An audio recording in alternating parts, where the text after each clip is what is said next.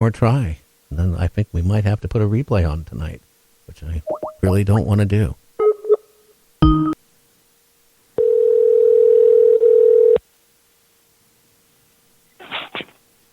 Hey, Jeff? Hello? Yeah, is this Jeff? Hello? Yes. Are you there? I'm here. I'm looking for Jeff. Yeah, this is him. Okay, well, I've been trying to get a hold of you, and this is Gary on Night Dreams Talk Radio. Hey, how you doing? Good to hear from you. Okay, did you forget about the show? Are we on the air now? We are on the air on 22 radio stations. Okay. Oh, cool. Yeah, I thought it was next Monday, so my bad. Okay, well, I was wondering because I even sent you an email today, and I got a reply back that you're all set to go on. Anyway. Right. Yeah, it didn't say today, though. It said next Monday. So it said Monday, so I figured it was next Monday. Oh. So that's okay. I'm here. We're all good. We got it going. Okay. Well, it's better than putting a replay on. How's that? I was about ready to do that. Right. I don't like doing that. Well, why don't you tell a little bit about yourself to the listeners? Okay, so my name is Jeff Wooline, and I am a native Phoenix resident of Phoenix, Arizona, born and raised. And I am, let's see, I'll be 50 years old this coming up March. And I've been here in Phoenix, Arizona pretty much all my life.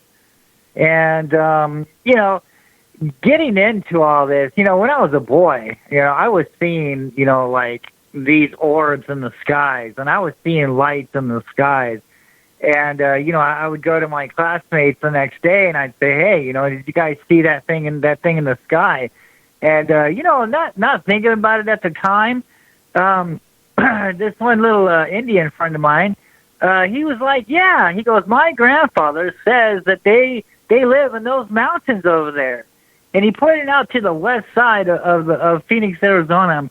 And, at the time, I really didn't, put two and two together. We're just kids, blah, blah, blowing it off. But later on, watching these things in the skies constantly and seeing them as I'm growing up. Are you there? Oh, yeah, I'm listening. Okay, cool. Yeah. And, so, yeah, I was always fascinated. I was always fascinated by it. But, I heard about the 1997 Phoenix lights. I was outside that night. I didn't see anything go over Phoenix. It seems like the only thing that we do have are lights on the far west of Phoenix, Arizona, over there by South Mountain. And so I really didn't, start seeing things until maybe 1999.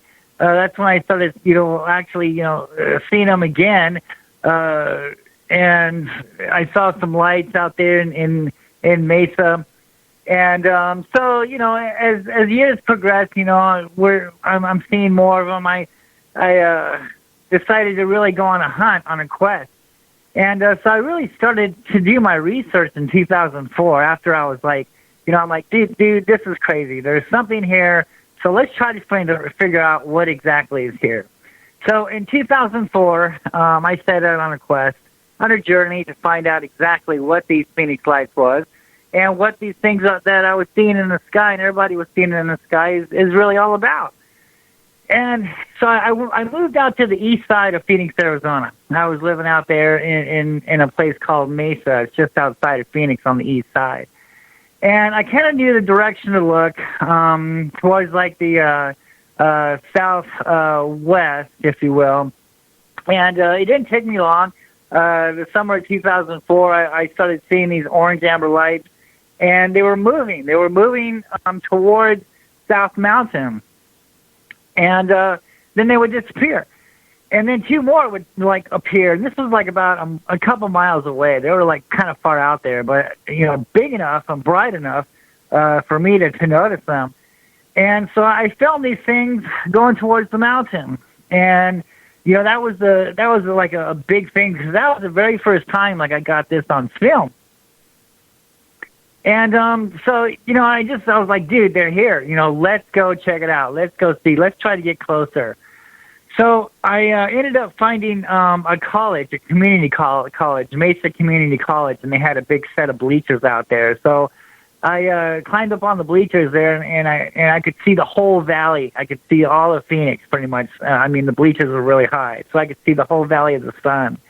And so that whole summer, those lights were popping up about maybe a mile away from us, over there next to South Mountain. Now, this was crazy. I was getting like triangle formations. I was getting lightning bolt formations. I was getting, 2 or 3, red orbs and 3 orbs, together. I was getting 1 orb turning into 2 orbs. Oh my God, dude. I think through the whole summer of 2004, I must have recorded about 50 to 60 sightings. It was great. Almost every night we would see these things, right? And, so I'm calling the news. I'm like, hey, is anybody else seeing these things, man? Because I've been out here filming them, and it's getting crazy. And so, yeah, it took the news about a month to get a hold of me. And, finally they decided to do a couple, some news stories. And I did, like, pretty much all the news stations here in Phoenix. And the end result was, of course, what is the big thing here? Everyone is seeing flares. Flares was the thing. And this was supposed to be seen 150 miles away at Davis-Monthan Air Force Base in Tucson, Arizona. And I'm like, dude, this is crazy. These lights are here in the valley. They're right there next to South Mountain. You're not going to see... What is the deal? Jeff, you're not... Number one, you're not going to see flares 150 miles away, let alone even 90 miles away. Let alone probably... Absolutely. Yeah, that well, you know what? They try to debunk it. Now, one thing, we met because of an individual, correct? Posting videos up in Las Vegas. Correct? Right. And what do you feel about this person that's putting up all these videos constantly of UFOs? Well, I don't know him personally, but, I've been documenting these things. I've been seeing these things ever since I was a kid, and I've been documenting these things ever since, 2004, and I was the first one to, match these things that we see in the skies today to the petroglyphs on the mountains out here. I did the pilot for the UFO Hunter show and also for the Ancient Aliens TV series. Then later on in 2007, I did the TV show, UFO Hunter show, on the History Channel, and I was the first one to actually say, look, sure there might be spaceships out there, sure there might be crafts, but I think what the majority of the people are seeing are living entities, living beings, if you will. And the History Channel told me, well, you know what, Jeff, if you're going to talk about these things, you need to say crafts. He's like, the public is not, ready for this type of information yet. This is in 2007. So, I have firsthand on these things. And, I was taught on what CGI and what CGI, to look for and things like that. And I have seen like thousands and thousands of videos. And, a lot of these videos that we see on the internet, they're hoaxes, and what a lot of people don't realize is, especially like on YouTube and things like that, as soon as you click on that link, this person's getting paid. And I know for a fact that these things, you're not going to catch UFOs every day, every night, okay? I kind of figured out the pattern here, and they follow the equinox and the solstice. They follow the seasons of the sun. They track the sun. So they're not always in the same area all the time. So, a lot of things to look for, when people are trying to hoax videos, these CGI crafts, or someone filming it all the time, or, just filming nothing and then going back and using filters and seeing something. I mean, come on now. Stuff like that, dude, you really got to be careful for, because there's so many hoaxes out there. And, I'm here to tell you, you just got to be careful on what you do. And then you have to ask yourself, well, this person's claiming this. Well, what does he have to gain for it? He's either, getting paid, or he's trying to sell a movie. things like that. So you just got to be careful on what's going on and stuff like that. Well, I went as far as this thing going on in Las Vegas after you sent me an initial email. And I a couple things I've done is, one, I contacted the FAA. I contacted the control tower down at the Las Vegas International Airport. I contacted a non-commercial pilot. I talked to the nuclear regulatory, agency. I talked to the military. Now, one thing I did find out, that they are checking for radiation up around the hills and the mountains all around Las Vegas on a regular basis. And they're using special helicopters to do that. Now, the military and the FAA both told me on separate occasions talking to them, if there was that many UFOs or any UFO, number one, they would not allow any craft to land or take off at the Las Vegas International Airport. They would go in a lockdown status. That's number one. Sure. The same thing, I heard that from the control tower, the FAA. The military told me if they were craft like what was being described, they would investigate it by dispatching fighters. Because they don't know if it's terrorists. They don't know what it was. So they would want to check it out.